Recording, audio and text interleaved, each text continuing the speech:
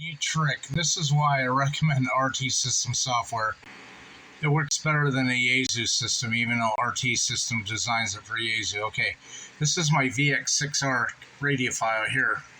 Here's my FT60 where I have a whole bunch of 220 stuff to listen to. So last frequency I put in there is 22476. Down here we're going to grab 22478. I'm going to double click it. It's going to turn blue. Right click, copy. Come back over here. Right click, paste. And there you go. Imports all that information into there so you ain't got to type it over again. It's still a pain in the arse. So double click, right click, copy, paste, but makes moving files and creating radio files for radios much, much simpler. Hope that helps, folks.